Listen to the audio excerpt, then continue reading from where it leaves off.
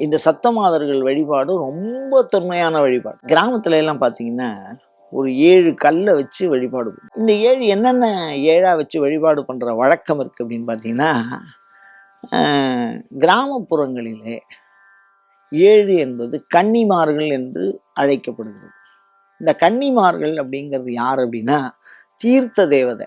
நதிகளை 7 முக்கியமான நதி, சப்த சிந்தவம், சிந்துன்னா சிந்தவம் 6 கடல், 6ஐ சென்றடைவதனாலே கடல் அப்படின்லாம் அதுக்கு பொருள் சொல்றா. 7 முக்கியமான 6 சொல்லப்படுறது ரிக்வேத காலத்திலேயே. அந்த நதியை தேவதையாக கன்னியாக வழிபாடு செய்வது ஒரு வழக்கு. அதை தான் சப்த கன்னின்னு சொல்றது. அடுத்தது ஒரு 7 பேர் அப்படின்னு வச்சுங்களேன். அண்ணன்மார் அப்படின்னு சொல்லி ஒரு 7 பேரை வரிசலா வச்சு வழிபாடு பண்ணுவான் ஆண்கள்ல. அண்ணன்மார் அப்படின்னு அந்த சுவாமிக்கு பேர்.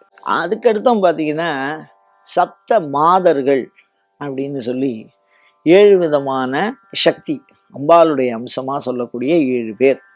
யார் அப்படின்னா, முருகனுடைய அம்சமாக சொல்லக்கூடிய கௌமாரி, காளி, விஷ்ணுவனுடைய அம்சமாக சொல்லக்கூடிய வைஷ்ணவி, வராகி, ஒரு 7 சாமி சொல்றா வரிசலா. அந்த 7 அம்சங்களும் ஒன்றாக இணைந்து தான் இந்த சப்த மாதர்கள் அப்படின்னு.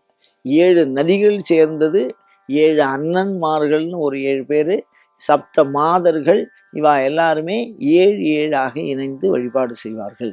இந்த சப்த மாதர்களுடைய இந்த வழிபாடு என்பது எழுத்துக்களை குறிப்பது.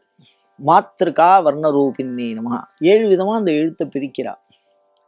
7 குரூப் ஆஃப் லெட்டர்ஸ்.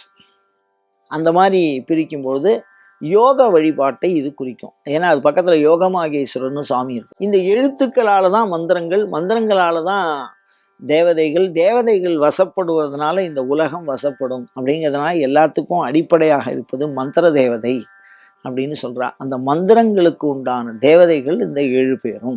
இந்த 7 தேவதையை நாம் உபாசனை பண்ணுறதுனால மந்திர சித்தி நமக்கு கிடைக்கும். மந்திர சித்தி இருந்தது அப்படின்னு சொன்னால் தேவதைகள் வசப்படும். தேவதைகள் வசப்பட்டால் அதனுடைய பிரயோஜனம் என்ன அப்படின்னா, நாம் என்ன விரும்புகிறோமோ அந்த பலன் நமக்கு கிடைக்கும். காமியார்த்த பலமாக இதை உபாசனை பண்ணியிருக்கா. அதாவது மனிதன் தான் விரும்பியதை அடைவதற்கு மந்திரத்தை பின்பற்றி அந்த மந்திரத்தின் வழியாக ஒன்றை பெற்றுக்கொள்ளுகின்ற வழிபாட்டு முறையே இந்த சப்தமாதர்கள் வழிபாடாக இருந்திருக்கிறது.